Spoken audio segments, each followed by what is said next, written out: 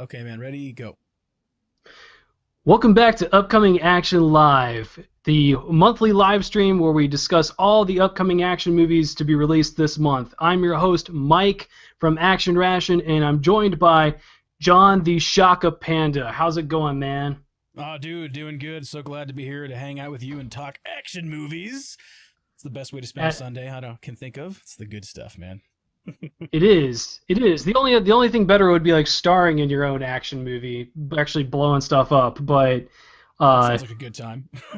yeah, the maybe next month. The budget didn't quite come through for this one. We're sorry we're starting so late. We're still a pretty new monthly live stream, and the host doesn't know what he's doing. So fortunately, I have John here to help me out with the technical side of things. Always happy to help, man. Yeah, well, I appreciate it. We typically have a few other hosts, but they could not be here. Bill the Angry Gamer and Sir Hugs, who you can follow at Twitter at the Angry Gamer and at Best Hugs in Town. They had That's still like one of my favorite titles. Hugs is just amazing. Yeah, he's a funny guy. He's a funny Oh guy. my god, so good. But yeah, they had a gaming thing to go, like a gaming convention out in California that was they had to be at, and Bill wasn't feeling too well. So other than that, I did try to bring on a mystery guest, but at the last moment he mysteriously disappeared. Now Oh.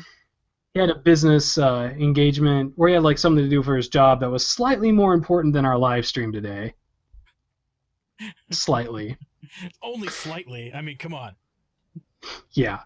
But anyways, for everyone who's like just kind of maybe hopping in, or if they just randomly found this on YouTube somehow, if you're interested in about the movies we're talking about, the links for their trailers are all in the description below. And like I said, we discuss all the upcoming action movies that are soon to be released. We just give our thoughts about them and kind of just hang out. So we want to hang out and discuss action movies with you. It's a very YouTuber thing to say. Anyways, first one on our list today is it's Godzilla Resurgence. Or actually Shin it's Godzilla. yeah, Shin Godzilla, the Japanese would say. Whereas maybe your dad would say, "Huh? I thought they made that movie 2 years ago." Right. Exactly. Oh Yeah, man. yeah, Shin Godzilla. This movie, and I mean, I'm sure I'm wrong, but this movie just felt like it was kind of the Japanese response to Godzilla. The new Godzilla movie that came out in 2014. You know, It's like it's makes me feel like watching the trailer. It looks like really seriously like an old school Godzilla movie. yeah, Taking advantage of the advancements and this and that. But I mean, even the character design for Godzilla is that old sort of wrinkly, craggy looking dude, and has the little tiny head, and just that he has that. It's the classic look. And the scenes that you see in the trailer is a lot of Japanese businessmen talking in boardrooms trying to figure out what's going on, which is very Godzilla old school, trying to like talking, dealing with the government, trying to figure out what the hell to do with this giant monster. And it looks like a proper Godzilla movie. It's not like let's do a Americanized version of a Godzilla movie, or let's update Godzilla. I think it feels like a loving reboot, from in an old school manner, which I'm excited about. yeah. It really does. I mean, it looks a lot more interesting, a lot more like a throwback to the originals, but also a movie that's gonna maybe make you think a little bit than just Yep. kind of like throw a couple kaiju monsters on screen and let them knock some buildings down. Uh, I do like that that it is kind of trying to stick to those roots, even though some critics are complaining that it's going back to the googly eyes Godzilla.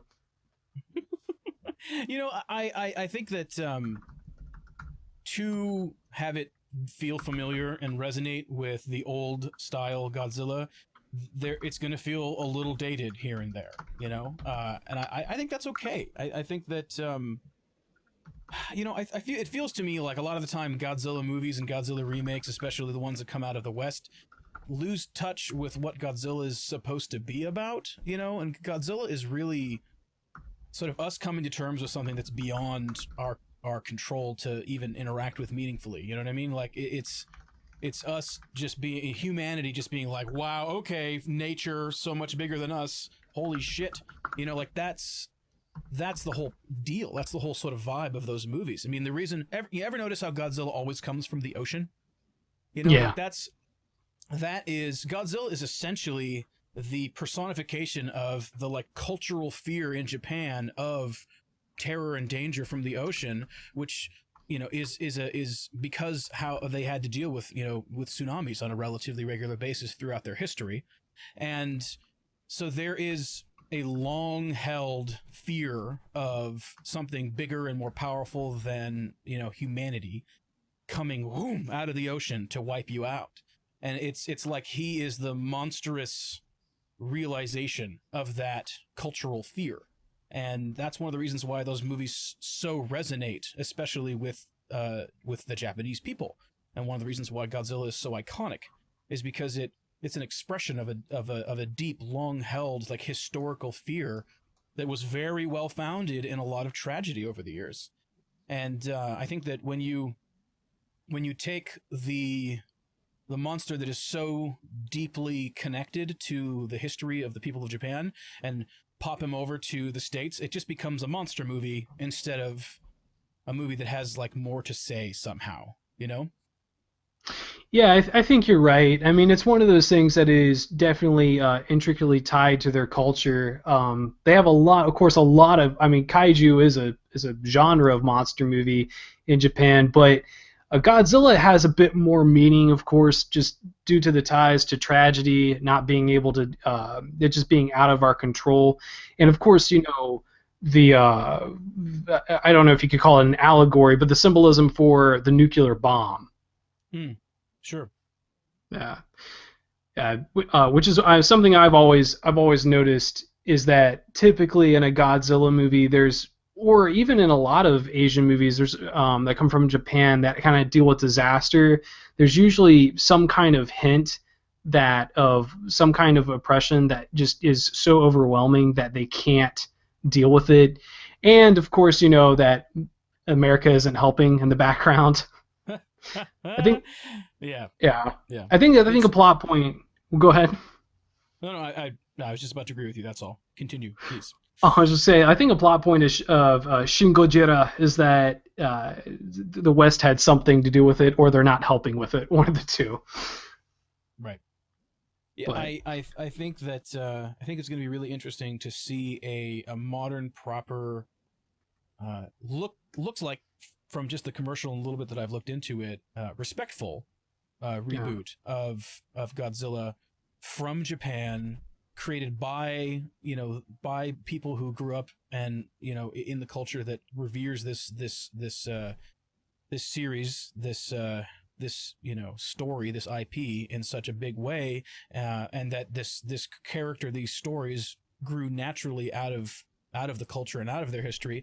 I mean, it's almost, I don't think it would be unfair to say that it would either be very difficult or maybe impossible for anybody but the Japanese to make a Godzilla movie that's really, truly, deep down to its bones, a Godzilla movie, if that makes sense. You know, I think that it's not impossible. I mean, it's not like I think it's impossible for other people to do it, but it always feels to me like there's some flavor lost in translation, quite literally. But the thing I wanted to bring up, the thing that I'm most excited about, is that as I was looking this up, it looks like some of the folks that were involved in one of my favorite Japanese cartoons, Neon Genesis Evangelion. Are you familiar with that show?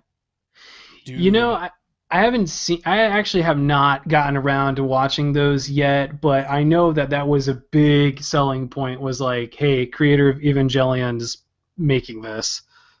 Yeah, so you've got the film.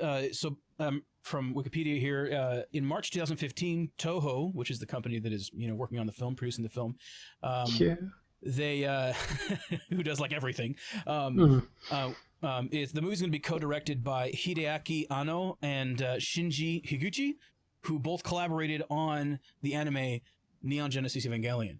And that is magical because that show, more than almost any other media that is even a little inspired by the kaiju phenomenon, that show totally captures that Godzilla vibe, and is probably one of the finest Japanese cartoons to ever be made, period. To the point where it has continued to perpetually come out with more and more and more and more over the years. I can remember watching the original, I want to say like 26 episode something show, like back in high school, like in early 2000s.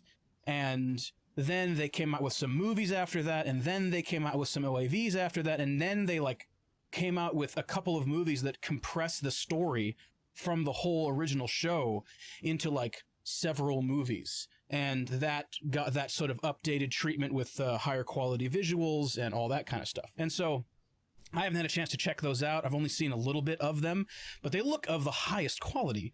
And it's just, it says a lot to me that a show that, you know, really was just a one season, one and done thing manages to continue to be like right up there with the best, most famous, most appreciated, most, you know, like, oh, you haven't seen that, like in the anime community and the you know, what do they call them, otaku weeaboo community. It's the words have changed over the years. I can remember it was otaku back when I was younger, and now it's shifted over to some other crazy meme word.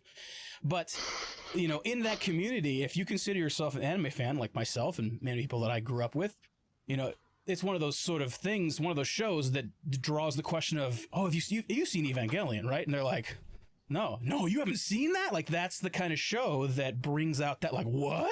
Yo, have you not seen that? It's one of the, it's like right there. You got to see that. You got to see Cowboy Bebop. You got to see Akira. You've got to see Ghost in the Shell. You got to see Ninja Scroll. Like all those old school early shows and movies that came from Japan that blew our freaking heads open. And that's one of the big ones. And so to have the guys that were involved in that, such a powerful, amazing series that totally has ties and influences from Godzilla, to really be able to come out swinging and be involved heavily in a Godzilla movie, holy shit, I can't wait. It's gonna be probably really damn good. Yeah, you definitely just rattled off the list of like all of the best gateway animes for sure.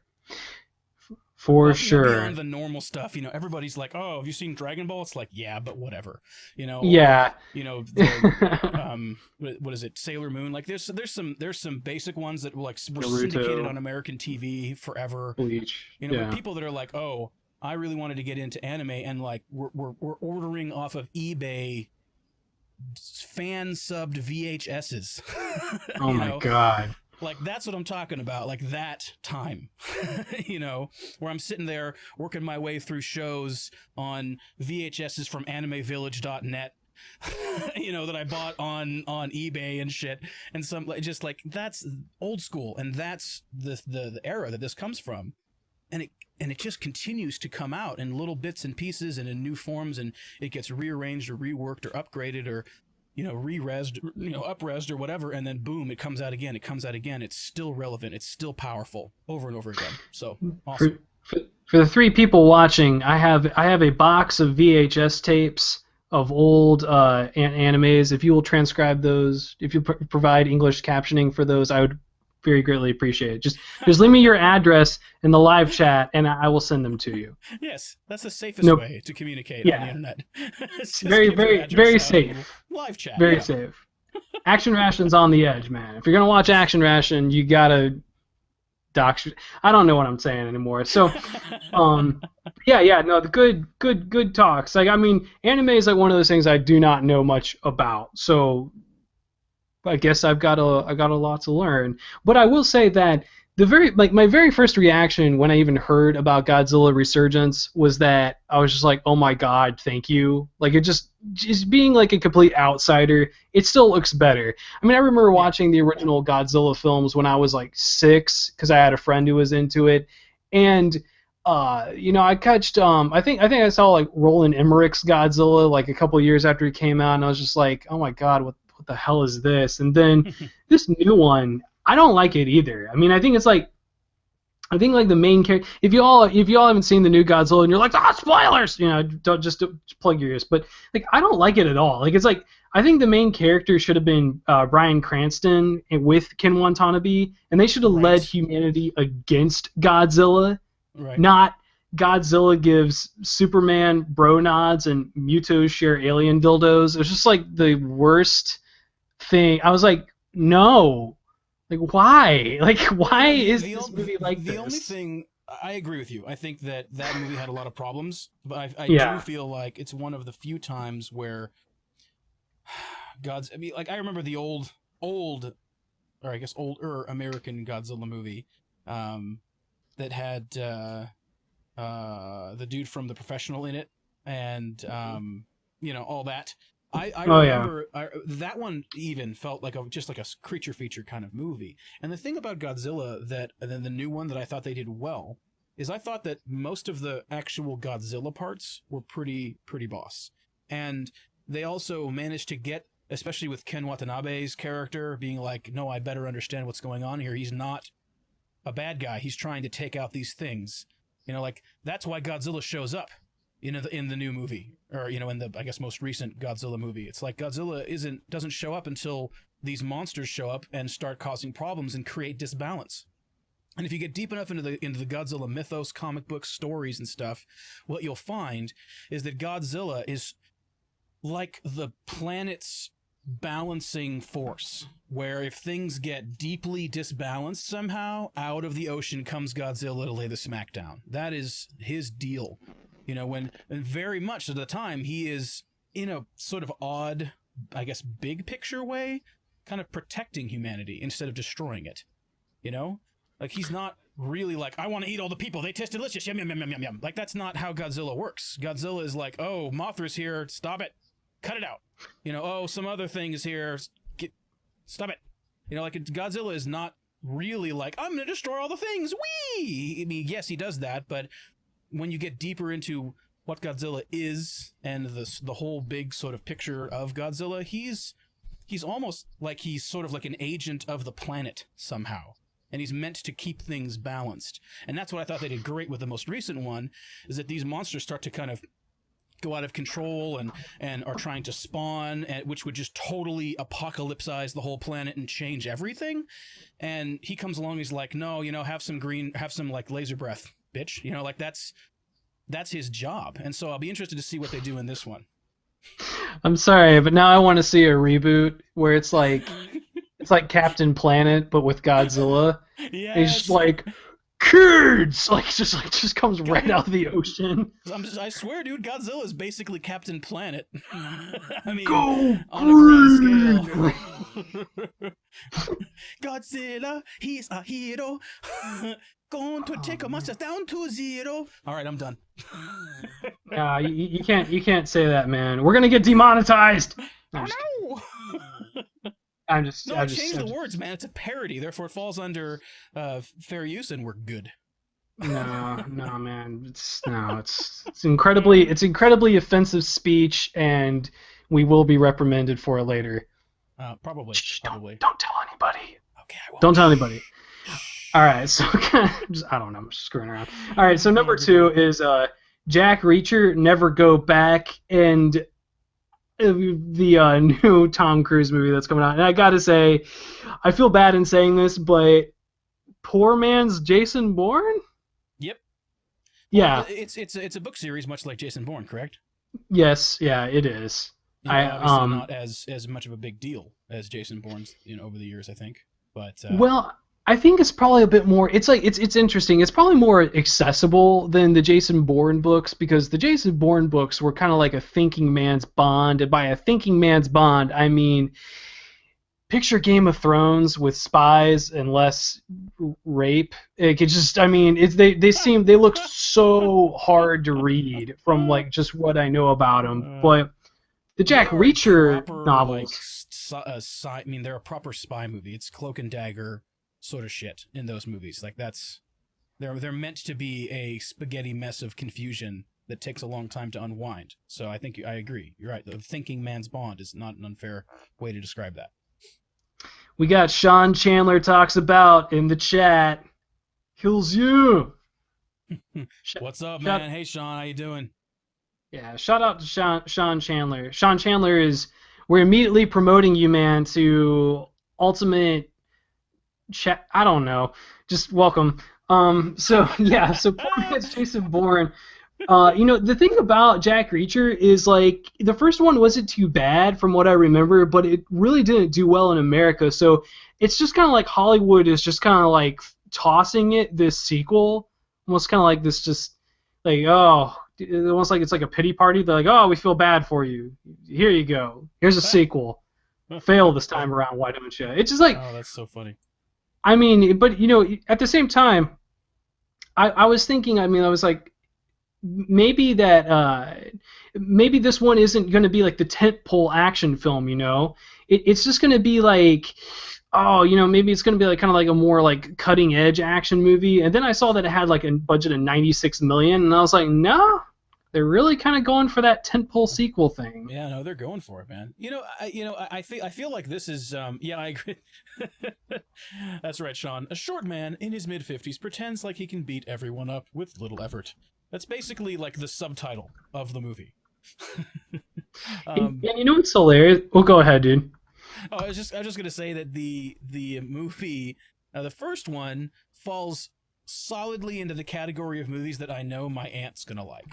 And I have this aunt, whatever, that she likes movies, loves movies, but is pretty seriously dialed into movies that are like really safe to watch. That aren't going to like ruin your day. That are just pure popcorn fun.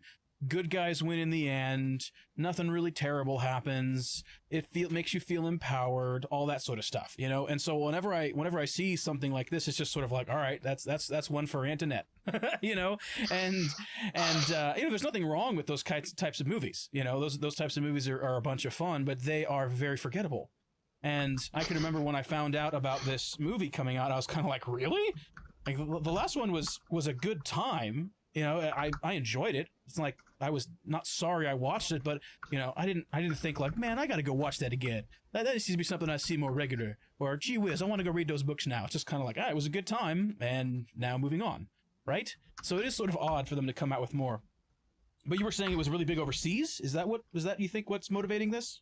No, I think basically the overseas sales just kind of like took it to that point where it could just merit a sequel. It's like they have it's like they have kind of like this little chart in every studio, and they're like, hey, we're thinking about doing a Jack Reacher sequel, and they kind of go, oh, let me check. I'm like, oh, okay, yeah, did over 200 million. Oh, okay, green light, go for it. It's like whether people really want it or not, and they're like, do you think they would give it like maybe scale it back a little bit? But no, 96 million. But I was laughing at what Sean said because so much money.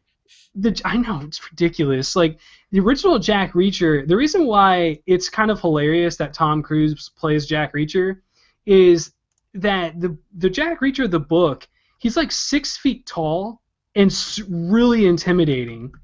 Oh, really? So yeah, that's who his character is supposed to be. So it's kind of like I hate to tell you this, Tom, but no. It's just So what you're saying is there's a lot of platform shoes in this one. Yes, like always with Tom Cruise. But you know what, man? This movie did give us the Jack Reacher browser game, Never Stop Punching. It's a browser game, and one of like the weirdest things I've ever seen for a movie to do. Oh yeah, it's like, let me see if I can find this Jack Reacher. I'm gonna drop it into the chat here. Jack Reacher Never Stop Punching. It's fantastic. Just the weirdest. Yeah, like it looks like something that Adult Swim would have made, like for one of their shows. Like you go straight. You don't move Tom. He moves himself, and then when you run into a bad guy, you punch once, one animation to punch, and then if you want to jump, there's like one jump button. That's it. So it's like an endless puncher. An endless puncher, yes. Like All right, come on, chat. The, Boom. the mobile tie-ins, dude, are brutal. They're really brutal. They uh, really are. Welcome, ThunderX TV. How you doing today? I just saw your comment there. You're looking forward to Shin Godzilla. So are we, dude. So are we. But thank you for watching and being with us today. yeah, Um, welcome. Jack Reacher never stopped punching in there. So if you all get bored, you can help us out by continuing to watch, but by playing that game in the background. Just saying. Um, So enough of Jack Reacher. It comes out October 22nd. Let's just move on. So Birth of the Dragon. Birth of the Dragon. I had like when I watched the trailer for this and did a little bit of research on it. I had a lot to say about this, and I'm pretty sure you do too. So I'm excited. I'm excited about this one. It looks really interesting. it does, and at the same time, it looks odd, just a little bit. Like Why do Bruce you Lee say is. that?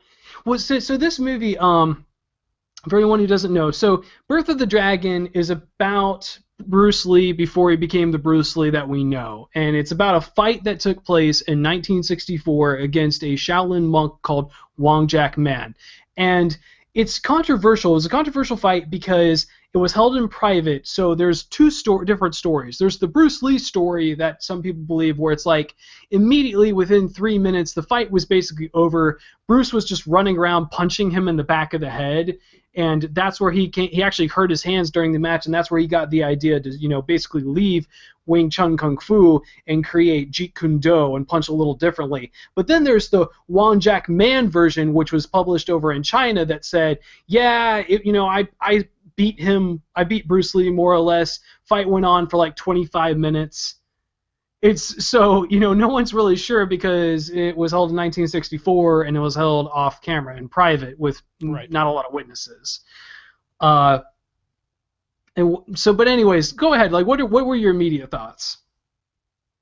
So, I have actually studied Wing Chun Kung Fu. I spent about 5 years studying Wing Chun Kung Fu, so I'm pretty familiar with the system and pretty familiar with some of the history. I studied the Ip Man style, which is the gentleman who taught Bruce when he was in Hong Kong, and Hong Kong, right? Yeah. And and and so I, having studied that and having looked into that, found it rather interesting that that from the Ip Man style or a side of things, books and stuff that his son had published, and information about the Wing Chun dummy and the Mukjang is what it's called. I'm probably pronouncing these things wrong. And the some of the books and stuff that I've read and the material I've gotten a hold of, digging into study about Wing Chun Kung Fu, it's not always terribly positive about Bruce and his interactions with all that, and I came away a little disillusioned about him when I was studying Wing Chun, because Bruce is so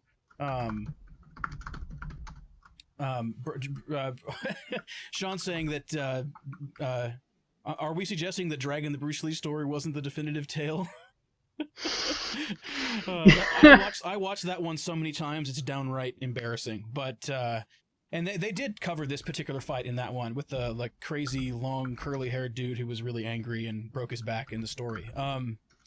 I enjoyed that one, but I'm really curious about this one because so much of the time we see a charismatic, perhaps overconfident, but very charismatic, very positive, very innovator, like mostly positive media and, if you want to be real honest, kind of propaganda about Bruce over the years. It's pretty mostly positive. And people tend to be quick to be like, "Oh yeah, Bruce Lee, he's awesome, yeah." But if you really look into some of the history, especially about how he interacted with his teacher later in life, once he became popular and famous, it was pretty disrespectful. And what he learned from Wing Chun before he even came to the States was not even close to the entire system. There were parts of it that he didn't. I mean, the forms and whatnot that he just didn't know. That were a piece of the system, and the system does not have a lot of forms, you guys. There's 3 primary forms, and and then a couple things. There's something for the long staff, like the giant long pole, and then the butterfly swords, which is like the short, one-sided, thick swords. And anyway, so there's not, like, as far as material goes, like a ton to that system in comparison to some things like Goju Karate, which is like a hojillion freaking kata and stuff. And so anyway, I came away from my research and my study in Wing Chun feeling kind of like, wow, Bruce Lee was sort of a dickhead, you know, and kind of disrespectful to, you know, his instructors. And as someone who grew up doing martial arts and really respects that process and, you know, is keenly aware of the kind of relationship that you develop over a long period of time training under somebody else and having them pour into you their training and their experience, it's pretty repugnant the way that he treated some of his teachers and the kind of ego that he went around with, which is really counter to the you know, the conventional sort of martial arts way of being, you know, the way that a martial artist is meant to be, the philosophy behind martial arts, traditional martial arts especially, we're not talking mixed martial arts here, was very it doesn't seem like he was always in alignment with that. And a lot of the amazing things, then sort of breakthrough, cool philosophical things he was sharing with us are really pretty pedestrian when it comes to actually studying Chinese philosophy. It's just, it was new to us, you know? And so I came away from studying all that being kind of like, wow, like as much as he did and as much of an important, you know, evangelist for all of this, and how much I probably wouldn't even had access to Kung Fu if he didn't do what he did with his life. I don't think that we should blindly think he's awesome. And that's what's so cool about this movie, it seems to me, is that he, for the first time, is being shown a little more honestly, being shown as a little self-important, a little, you know, almost antagonistic, or very much antagonistic to the old way of doing things, totally disrespectful of the history and the philosophy, and, you know, and that's totally counter to traditional martial arts, and anybody that studies traditional martial arts would be upset with somebody was speaking to someone who has, you know, achieved a high level of practice, whether or not they think their system is good or bad or better or worse or whatever. There's a certain amount of respect that's part of it. It's this part of how you become as a person when you study martial arts. So it's neat, I think, you know, to wrap my giant rant up.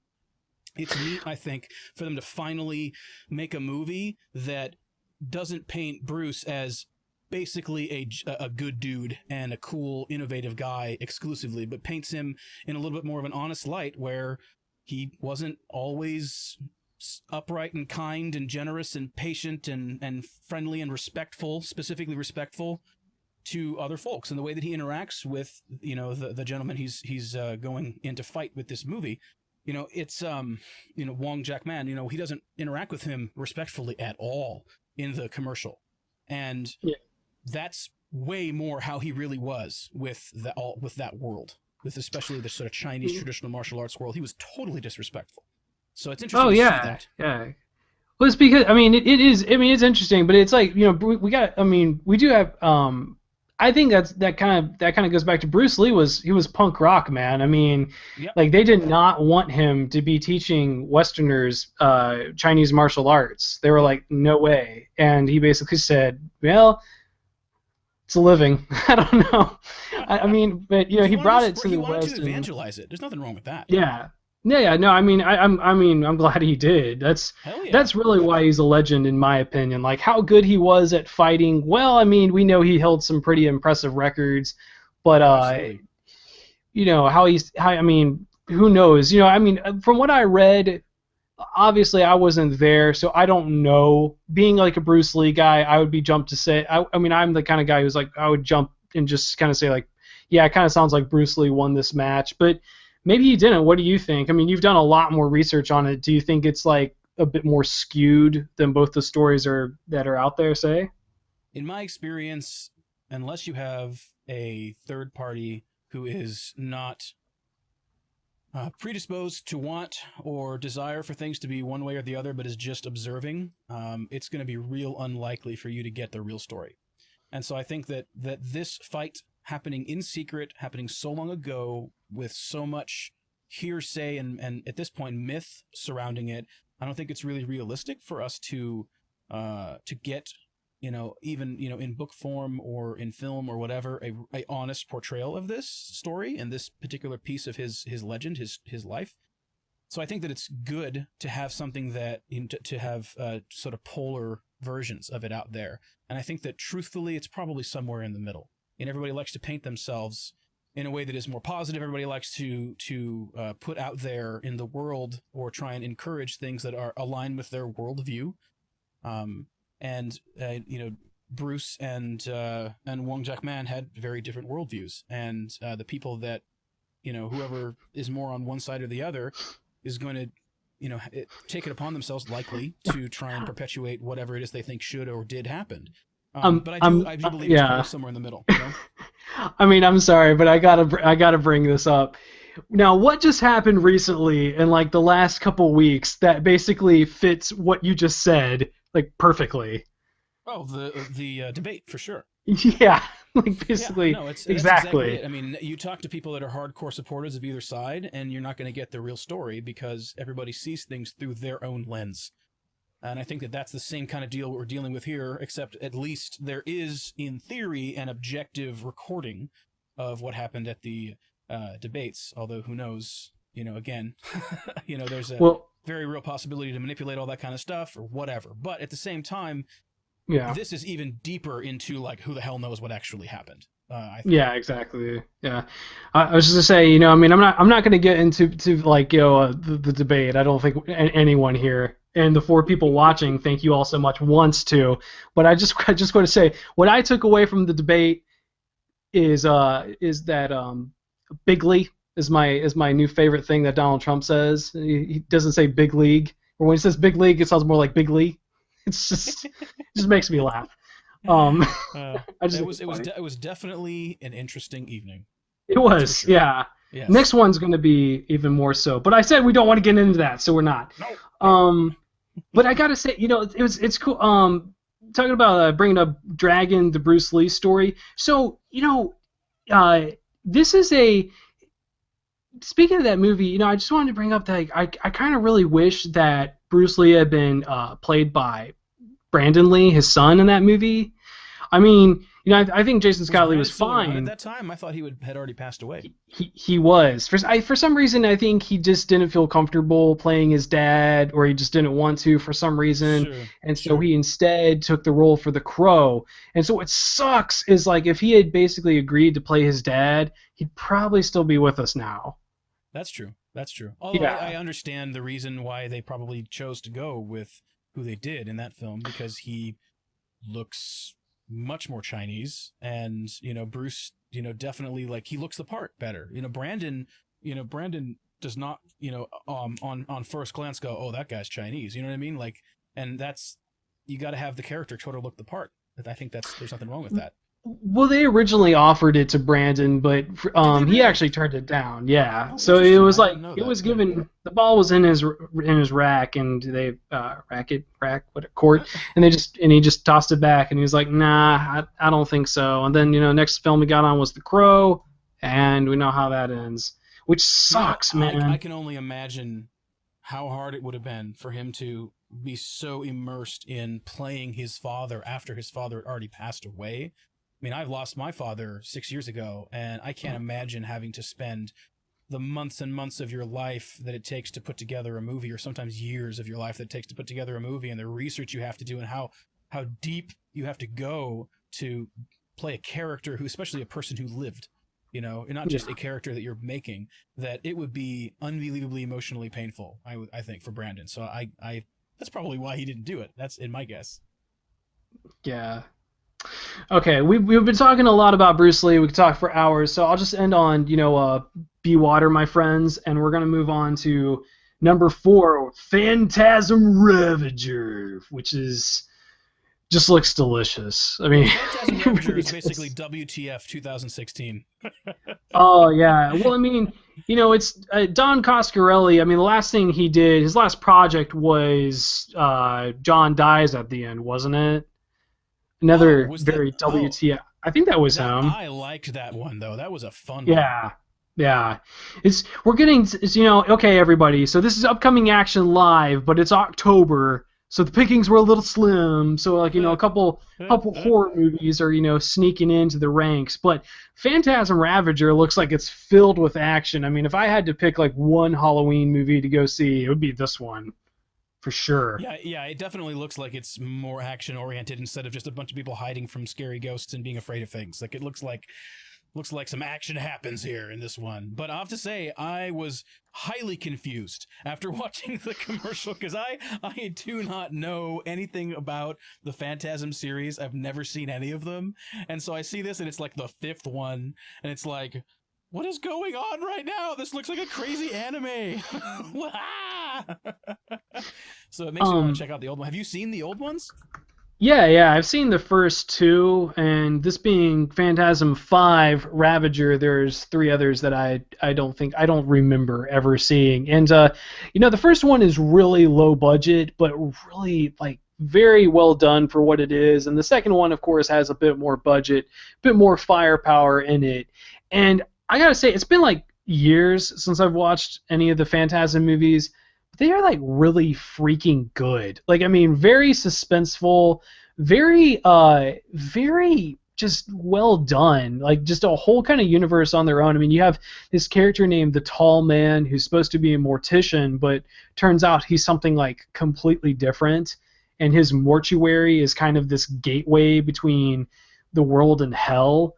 And at the same time, there's these little. Because after watching the trailer, no idea what the story was about, and then you go to IMDb, and the storyline is the final installment of the long-running Phantasm series. Period. It's like, okay, thanks for that.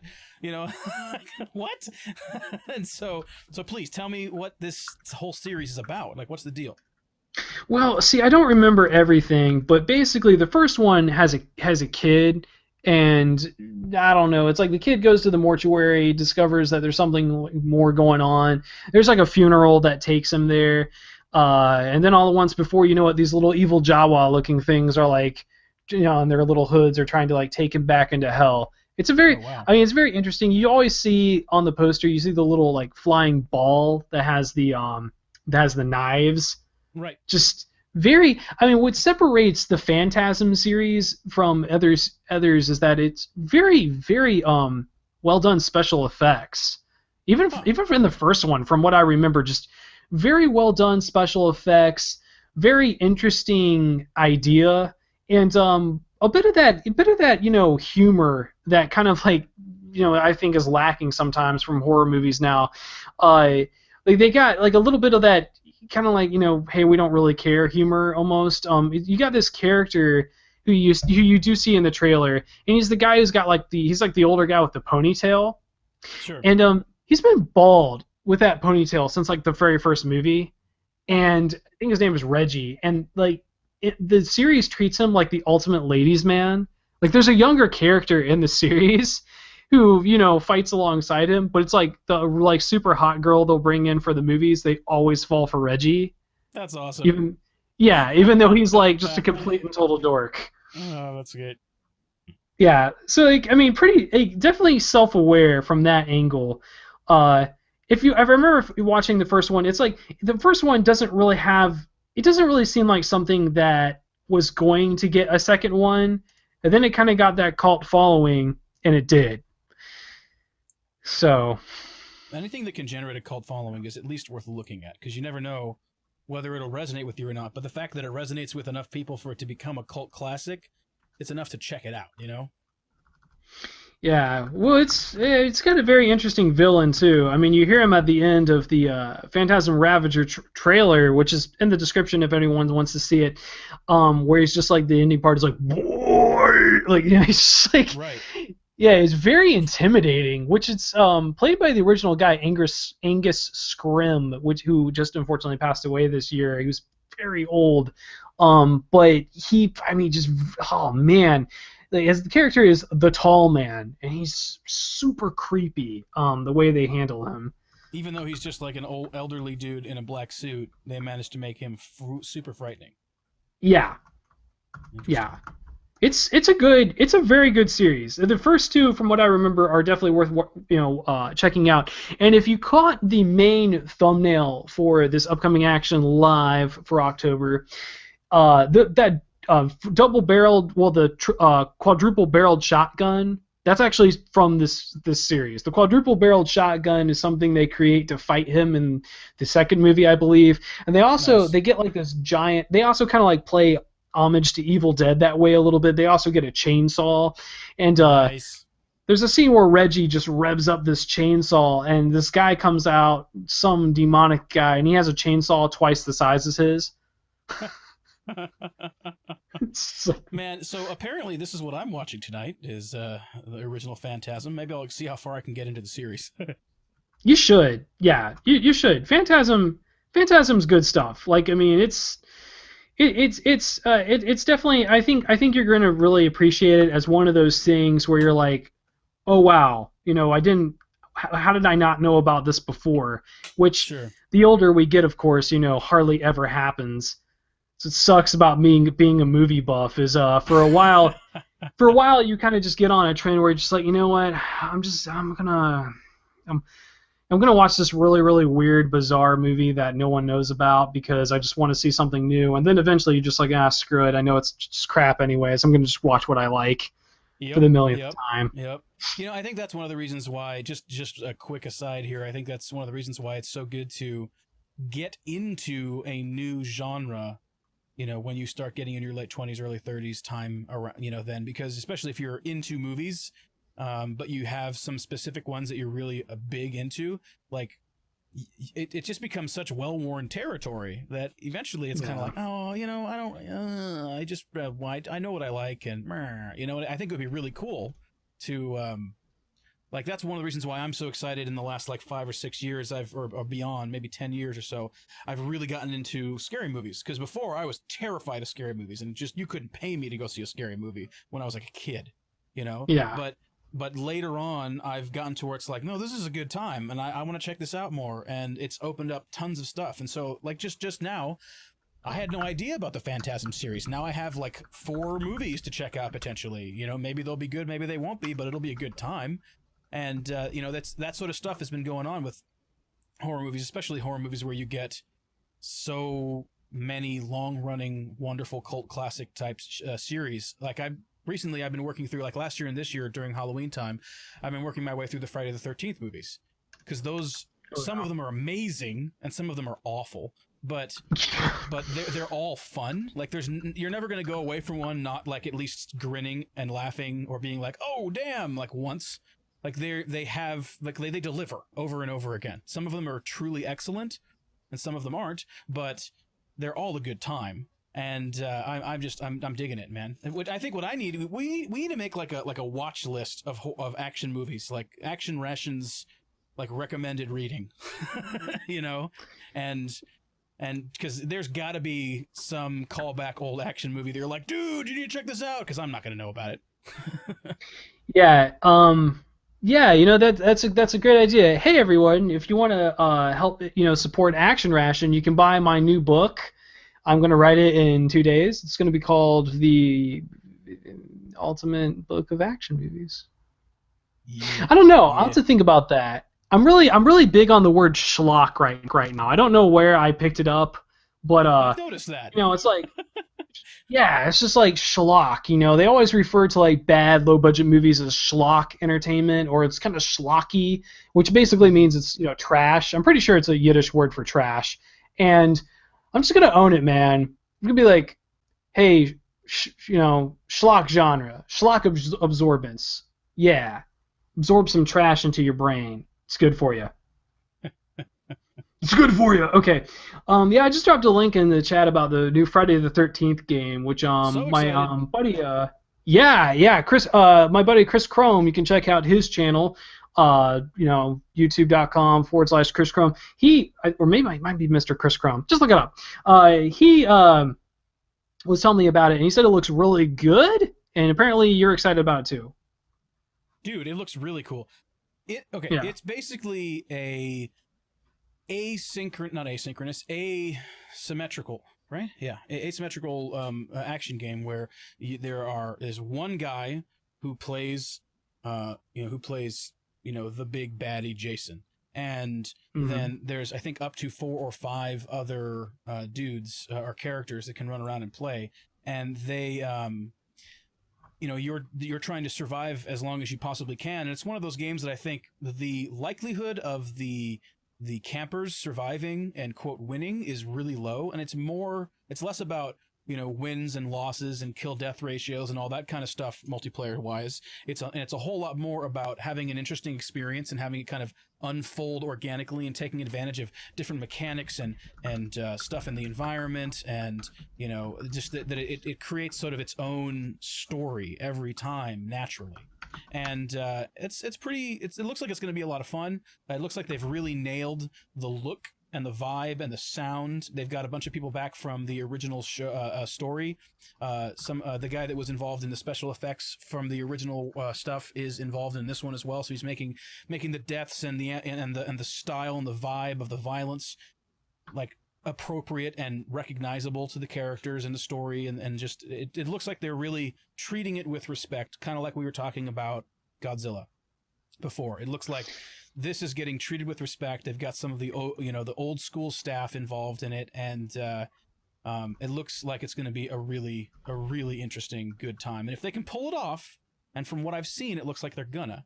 I've seen some gameplay footage of it, seen some trailers, read some articles about it, and it looks like they're going to do a good job with it. And that could be a truly unique experience, I think, to be able to play as one of the one of the camp counselors trying to run away from Jason, or as Jason himself. And they give Jason a bunch of Predator almost like abilities. I think he can almost like teleport to different places, and depending on things. And I'm sure there's like cooldowns or whatever for those abilities. And he has some sort of heat vision kind of stuff going on that allows. I mean, I know that at first I was kind of like, oh, that sounds stupid, but I think the thing of it is that Jason has a almost otherworldly supernatural ability to know where you are, to be ahead of you as you're running away instead of behind you, to predict where you're going. And so he has to have access to somehow a little more information. And so even though perhaps as you're playing as Jason, it's kind of like, wow, this is sort of weird. I feel like the Predator more than I feel like Jason. But I think that for everybody else that's playing, it creates a distinct sense of those movies where you are dealing with something that's like, oh my god, how did he get in front of me, and they bang that out. And what you see with the trailers, you can see some stuff from Jason's perspective, and then they switch over and show you from one of the counselors' perspective, and they show you Jason kind of doing his little tricky stuff and using his abilities, and then they switch over to the camp counselor perspective, and it's like watching the movie, and Jason's doing and showing up and predicting where they are in freaking crazy, seemingly supernatural ways. And so whatever it is that they have going on with Jason and the way they have him work, it makes it feel like the movie when you're one of the other characters, not Jason. And so I think that's pretty cool, because it would have been hard to balance and figure that out, because it has a very distinct sort of feel to it, and he does things that don't really make sense. Like how could he have known? How did he get ahead of you? How did he know where you were going? How is he big lumbering slow Jason all of a sudden right there, in the perfect moment? And so they managed to give you tools as Jason to do those things so that it feels like one of those movies for real. So it's exciting. I'm looking forward to it, as you can tell. No. I gotta say that I'm gonna be overly disappointed if I don't get to play Jason's mom. Oh, dude, there's got to be some crazy DLC for Jason's mom. That would be amazing. Yeah. Could you imagine that? It's amazing how much of a little-known fact that is. That so many people have no idea that that Jason, as he is, doesn't show up until what, Jason 3? Like, he doesn't even have the mask until the third one.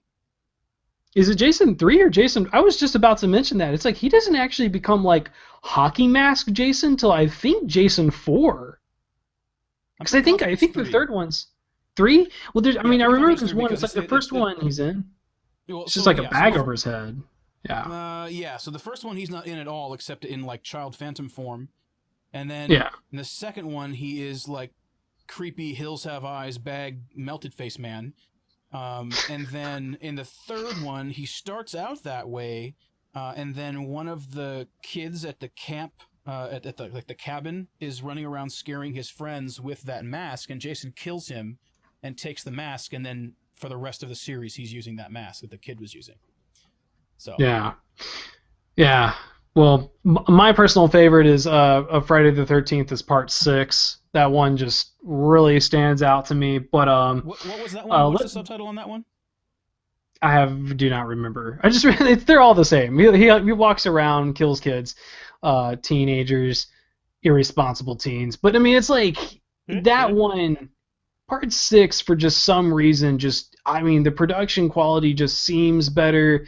It's kind of like Jason is much more badass. Like I mean, he's like it's like the idea of like it's kind of like he has his Freddy moments. Like Oh, Freddy Krueger is Jason like Jason always Lives is part badass. 6. Okay, it's Okay. good. It's a good Yeah. one.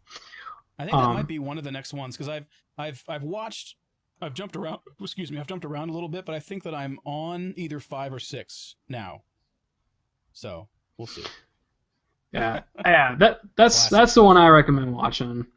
But anyways, moving on to movie number 5, Rob Zombie's 31. Gotta be honest, I was kind of on the fence about even talking about this today because Oh god, it's that picture's just horrible. well, yeah, it's like well, yeah, I mean, it's really frightening. It's like Ugh. we got Phantasm Ravager, which is very clearly like I mean, it's gonna be like action horror. This one just kind of looks like it's just gonna be effed up horror. It's Rob Zombie. It's gonna be Yep. kind of like It looks like redneck the Purge stink. with clowns. Yeah. Redneck director sticks his finger up his butt, pulls it out, and the horror of hells are unleashed. Yep. Yep. I don't know. Being It, me, it I'm not being fair, but still, yeah, it's his movies are so crazy to me. I threw this out to the Twitter room, and I was like, hey guys, who wants to talk about this today? And it was Bill. It was the angry gamer wanted to talk about it today. Then he unfortunately couldn't join us, so it's me and you. I don't tend to go in for these kind of horror movies. I don't find them terribly interesting because they don't do what I think is impressive that horror movies have the opportunity to do, which is create atmosphere, and then mess with our emotions. And the I don't know, man. Like it seems like this sort of stuff is busy being really creepy, and really not creepy as in like ooh, but creepy as in just like that's disgusting. Why did I see that? Yeah, Like that's like I don't need gross out horror. That is totally uninteresting to me. For something to be disturbing simply because it's like mutilated bodies and stuff. Like that's not a good time. That's just gross just because. Like it's a scary movie because it's gross, not a scary movie because it manipulates your emotions and uses good cinematography, color grading, sound to put you at ease and then punch you in the face with horror. Like that's a good horror movie, and the Rob Zombie ones are a whole lot more like grindhouse type horror movies where it's just like, all right, this is yeah, just over the top, violent and ridiculous. Just why? Because bitch, like that's the reason. yeah. So I was just thinking if the angry gamer is in the chat right now, he's going to type in a second like you bastards. But sorry, Bill. I know you don't actually talk that way. But yeah, he's from England, everybody. So that's why I accented it. But this movie, I mean, please the do thing the about rest of the Rob Zombie podcast with films. that accent. Oh yeah, Oh that'll god, how to lose subscribers and get dislikes real fast. fast. My new book, my latest book, which will be out in time for Christmas. So this movie, it's the thing about Rob Zombie is it's like I'm so glad Rob Zombie exists, even though if I don't enjoy watching his movies.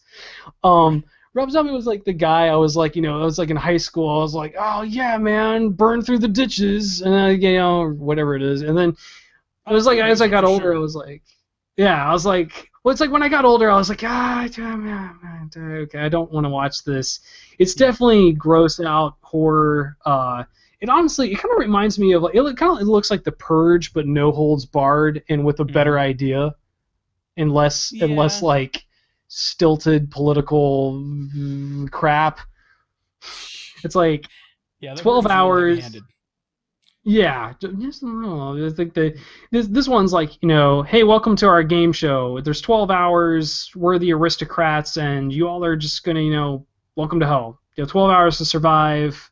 People can kill you with anything. I always thought the Purge was so stupid. Like I was like, I mean, okay, the very beginning, the very first one, which was just this atrocious. I mean, I found it so boring to watch the one with Ethan Hawke, the first one. But in the very beginning, it's like there's no rules, there's no law for the next 12 hours. By the way, class 3 weapons are banned. You cannot use them. Like, okay, let's Yeah. recap a little bit on how No laws what you just except now said. these. Yeah, what you just said is one of the dumbest things I've ever heard, ever. I think you're scrutinizing that movie way too much. That movie does not deserve it. No, well, it makes me mad because of all the it is very heavy-handed, and it's basically trying to say that like given one party's political leaning, like the conservatives in the country, if they took over, it's like 5 years from now we would have the purge because guns. Oh, Yeah, because human beings are innately bloodthirsty monsters and they need to get it out of their system once a year. yeah, it's like, anytime it becomes down where it's like that heavy-handed, it just sucks. Like, just, you guys aren't even being truthful anymore. Go find a mirror and bash your head through it. Number Jeez. 6. I don't have much else to say about, Rob Zombie's 31. All right, number 6. I'm just kidding. Don't throw your head through a mirror. We love We you don't want to be guys. we don't want to be demonetized. Anyways, Rob Zombie, thank you for creating your stuff for a niche audience that I'm not a part of. Oh, by the way, so the creepy grease paint guy in the trailer is Richard Brake, Corporal Portman from Doom, and it's partially Yes, fan as fun, so well that's as cool. he played Okay, Joe yeah. Chill, right? In Batman Begins. Yeah, yeah, I think I remember that now. Yes, although his performance in Doom was amazing. That is one of Oh, the most he's the underrated, best character. stupid, ridiculous movies ever. I watched it It and is. enjoyed it thoroughly. I mean, especially if I go in not expecting it to be anything like the game at all. I wish it was called. I mean, I gotta be honest. I mean, I do not like that movie, but I don't like it because it's a Doom movie. If it would just been, if it was just re-released called Military Fully Retarded, I'd probably dig it. I'd be like, yeah, this is What if they called it hilarious. the Hellgate? Or Boom. yeah, just what, like, literally name it anything else. If it just wasn't Anything but supposed to be Doom. associated with the Doom property, that's a good Yeah. freaking movie. I mean, you got Carl Urban being badass, and Yeah. for the freaking Rock going crazy, being insane, getting all demonic at the end. Like, come on, man, it's a What good I time. need are soldiers. No one else but soldiers. Soldiers. It's a good movie. Yeah. It's a good movie. My I stand jaw by isn't it. It's strong not a enough good to Doom say it movie. exactly It's just as a well as he good does. movie. Yeah, it's so bad it's good. Yeah, it makes me laugh. Oh, for sure. But So, anyways, this blue Max Steel. thing. Yeah, this blue thing. Yeah, What this is was blue business. so this was kind of my LOL pick for the month. Last month I had that. Oh God, I can't even remember that movie now. Like what it was even called. Avian people movie that looks real damn stupid. Yeah, Invasion of the Flying Squirrels or something like that. It's like Harry Potter and the Flying Squirrels. I don't know, man. It was like they're like five. It's like the bird kids with teenager powers versus the werewolves. It's woo-woo young adult garbage is what it was. Jenna Marbles producing. YouTube. Whee! Max Steel. All Yeah, right, Max I mean, Steel. So, I looked it up and it's like, so this is a Disney Channel show that got started in 2013, but before that, it was actually originally released in 2000. I think it was an anime. I think. Could be wrong. Crucify me if I am. But it was kept alive like over the years to like direct to DVD films, which there are a lot of Max Steel animation films that were released, and then really? it got picked up now to be like a live action movie. But it just, I mean, yeah, it's like it just looks so cliche. Like teenager with special powers, deceased father who was working on breakthrough energy to give him said powers. Mother who's moved him around the cute little 9 sidekick times, chilling and all that. Yeah. and yeah, it like love interest who's probably like 26 in real life. Iron Man in high school. There's a part of the trailer where he says he's like, okay, Steel, go turbo. And for some reason, like the very first thing that popped in my head, and this might be like aging myself, but I don't care. This isn't a channel for babies. Was the very first thing when he says go, let's go turbo, is I immediately thought of Arnold Schwarzenegger from Jingle All the Way saying, "It's turbo time." Like, just first thing. Of course.